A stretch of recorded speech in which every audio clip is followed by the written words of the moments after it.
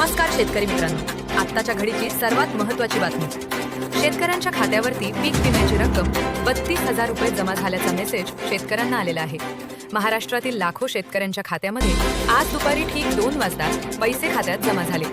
कृषी मंत्रालयाच्या आदेशानंतर बँक खात्यामध्ये पैसे ट्रान्सफर होण्यास सुरुवात झालेली आहे. शेतकरी मित्रांनो, आज दुपारी 12 वाजता मंत्रालयाच्या IT विभागातून डिजिटल ट्रान्सफरसाठी DBTचे बटन दाबण्यात आले. त्यामुळे शेतकऱ्यांना 32,000 रुपयांचा लाभ मिळत आहे. शेतकरी बांधवांनो, ज्या शेतकऱ्यांनी नियमित पीक विमा भरला होता त्यांच्या सातबाऱ्यावरील पिकांची नोंद आणि त्यांच्या जमिनीची डिजिटल पडताळणी अवघ्या काही तासात संगणक प्रणालीद्वारे पूर्ण करण्यात आली. मंत्रालयातून एका DBTचे बटन दाबले आणि कोट्यावधी रुपयांचा निधी हा थेट बँकेकडे रवाना झाला. या निधीमध्ये केंद्र सरकारचा हिस्सा 40% आणि राज्य सरकारचा 60% हिस्सा समाविष्ट आहे. हा संपूर्ण निधी जिल्हा कृषी अधिकाऱ्यांच्या देखरेखीखाली थेट जिल्हा मध्यवर्ती सहकारी बँका आणि राष्ट्रीयकृत बँकांकडे पाठवण्यात आला. त्यामुळे शेतकऱ्यांच्या खात्यावर ठीक 2 वाजता पैसे जमा झाल्याचा मेसेज यायला सुरुवात झाली. कृषी विभागाने हवामानाचा आणि पिकांच्या नुकसानीचा अंदाज घेऊन महाराष्ट्रातील 14 जिल्ह्यांची निवड या पहिल्या टप्प्यासाठी केलेली आहे. हवामान खात्यानं प्रशासनाला धोक्याची घंटा दिली होती. यावर्षी मान्सूनचा पॅटर्न पूर्णपणे लहरीनुसार असणार होता. त्यामुळे कुठेतरी दुष्काळ पडेल अशी देखील शक्यता वर्तवण्यात येत होती. पण निसर्गाच्या या लहरीपणामुळे शेतकरी अडचणीत येऊ नये आणि खते आणि बियाणे खरेदी करताना शेतकऱ्याला आर्थिक अडचणीला सामोरे जावे लागू नये म्हणून दिल्लीत केंद्र सरकारची विशिष्ट बैठक झाली. यामध्ये पंतप्रधान नरेंद्र मोदी साहेब आणि महाराष्ट्राचे मुख्यमंत्री देवेंद्र फडणवीस साहेब यांच्या डिजिटल टीमने धाडसी निर्णय घेतला. शेतकरी बांधवांनो, हा पैसा संपूर्ण महाराष्ट्रात एकाच वेळी सुटलेला नाही, कारण काही ठिकाणी बँकांचे सर्व्हर लोड होतात. त्यामुळे सरकारने यावेळी पीक विम्याची रक्कम 32,000 रुपये शेतकऱ्यावर सोडत असताना महाराष्ट्रामध्ये 3 झोनची विभागणी केली आहे. त्यानुसार हे पैसे टप्प्याटप्प्याने ट्रान्सफर झाले. जेव्हा मुख्यमंत्री देवेंद्र फडणवीस साहेब यांनी DBTचे बटन दाबले तेव्हा महाराष्ट्रातील काही जिल्ह्यांमध्ये 2 वाजता पैसे जमा झाल्याचा मेसेज आला.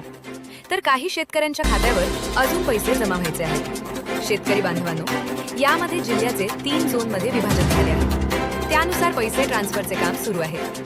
यामध्ये जो पहिला झोन आहे तिथे शेतकऱ्यांवर पेरणीपूर्व आर्थिक ताण येऊ नये म्हणून कृषी विभागाने या झोनमध्ये सर्वात आधी म्हणजेच आज दुपारी ठीक 2 वाजता पेरंट रिलीज करण्याची प्रक्रिया सुरू केली.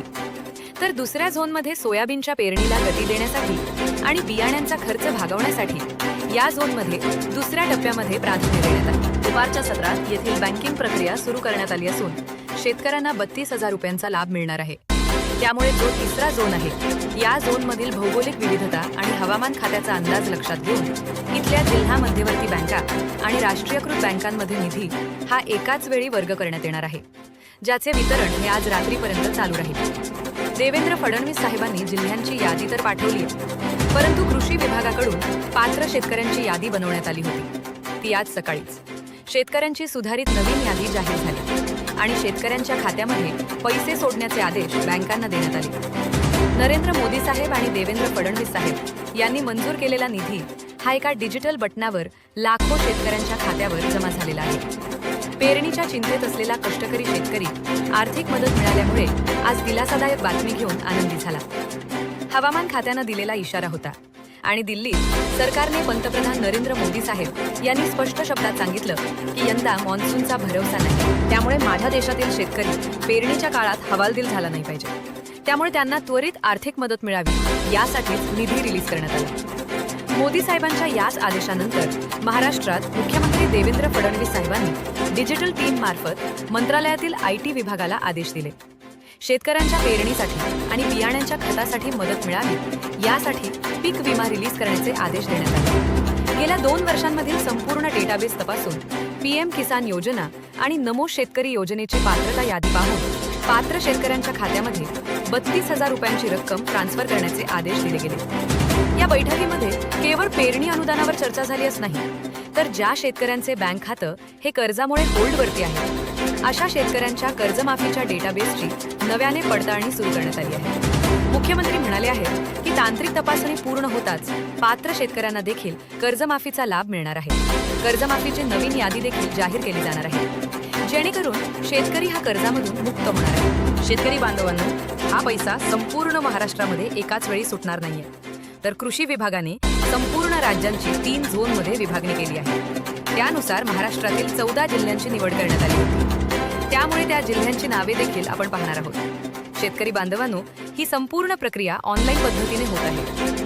त्यामुळे ज्या शेतकऱ्यांची बँक खातं ही स्टेट बँक ऑफ इंडिया किंवा बँक ऑफ इंडिया यासारख्या मोठ्या राष्ट्रीयकृत बँकांमध्ये आहे, तर तेथील डिजिटल सिस्टीम वेगवान असल्यामुळे त्या शेतकऱ्यांना दुपारच्या सत्रामध्ये मेसेज येणार आहे. पण जर तुमची खाती ही जिल्हा मध्यवर्ती सहकारी किंवा ग्रामीण बँकांमध्ये असतील, तर मंत्रालयातून सुटलेले पैसे या बँकांच्या मुख्य सर्व्हरमध्ये जमा होणार आहेत. डेटा व्हेरिफिकेशनचे काम पूर्ण झाल्यानंतर ते 48 तासांमध्ये शेतकऱ्यांच्या खात्यावर वितरित होतील. शेतकऱ्यांना लाभ मिळणार आहे. शेतकरी बांधवांनो, हा केवळ एक सरकारी निधी नाही, तर निसर्गाशी लढणाऱ्या आणि पेरणीच्या चिंतेत असणाऱ्या माझ्या कष्टकरी शेतकऱ्याला पुन्हा उभे राहण्यासाठी पंतप्रधान नरेंद्र आणि मुख्यमंत्री देवेंद्र फडणवीस साहेब यांनी दिलेली आर्थिक ताकद आहे. आणि याचं वितरण हे आजच सुरू झालंय. 14 जिल्ह्यांची निवड करण्यात आली आहे आणि पात्रता यादीनुसार वाटप सुरू झाले. परंतु समजा की शेतकरी बांधवांनो, काही शेतकऱ्यांच्या खात्यामध्ये पैसे जमा झाल्याचा मेसेज आला असेल आणि तुमच्या खात्यामध्ये पैसे जमा झाल्याचा मेसेज आला नसेल, तर काळजी करण्याची गरज नाही. कारण आता सरकारने 14 जिल्ह्यांची निवड जरी केली असली तरी त्यामध्ये काही तांत्रिक अडचणी असलेल्या शेतकऱ्यांचे अर्ज हे होल्डवरती देखील पडू शकतात. म्हणजेच अर्जामध्ये काही चुका झाल्या असतील, जसे की पिवळा आणि केसरी रेशन कार्ड लिंक नसेल, बँक खाता आधार कार्डशी लिंक नसेल किंवा काही तफावत असेल. त्यामुळे शेतकऱ्यांचे अर्ज हे होल्डवरती देखील पडू शकतात. परंतु तपासणीचे काम हे सुरू झाल्यानुसार नवीन यादी सकाळी 10 वाजता जशी रिलीज झाली होती तसं वाटप सुरू झाले. जर तुमचे अर्ज होल्डवरती असतील तर त्यांची प्रक्रिया ही येत्या 48 तासांमध्ये पूर्ण. त्यामुळे शेतकरी बांधवांनो, 14 जिल्ह्यांची नावं जाणून घ्या, कारण या 14 जिल्ह्यातील शेतकऱ्यांना येत्या 48 तासांमध्ये पूर्णपणे लाभ मिळणार आहे. महाराष्ट्रातील 32,000 रुपये पीक विम्याचे वितरण करताना भौगोलिक परिस्थितीनुसार पिकांचा प्रकार आणि हवामानानुसार आजचे 3 मुख्य झोन विभागले गेले होते. आज दुपारच्या सत्रात 14 जिल्ह्यांमध्ये प्रक्रिया सुरू झाली आणि 14 जिल्ह्यांचे 3 झोन विभागले गेले. त्यातील पहिला झोन आहे जिथे कापूस आणि तूरचे उत्पादन घेतले जाते. या दुपारच्या सत्रातील वितरण प्रणालीमध्ये विदर्भातील जिल्ह्यांमध्ये कापूस आणि तुरीचे मुख्य पीक घेतले झाल्याने कापूसच्या लागवडीसाठी आणि बियाण्यांसाठी शेतकऱ्यांना आर्थिक मदत मोलाची ठरली. यामधील नागपूर, चंद्रपूर, अमरावती, यवतमाळ, वाशिम या जिल्ह्यातील शेतकऱ्यांना आर्थिक भार येऊ नये म्हणून कृषी विभागाने या झोनमध्ये आज दुपारी ठीक 2 वाजता सर्वात आधी पेमेंट रिलीज केलं. राष्ट्रीयकृत बँकांमध्ये शेतकऱ्यांची जी खाती होती त्यांना पैसे मिळतात, तर दुसऱ्या झोनमध्ये सोयाबीनचे मुख्य पीक घेतले जाते. मराठवाड्यातील नांदेड, लातूर, जालना, बीड या 4ही जिल्ह्यांमध्ये हवामानाच्या फटक्यामुळे शेतकरी अडचणीत होता.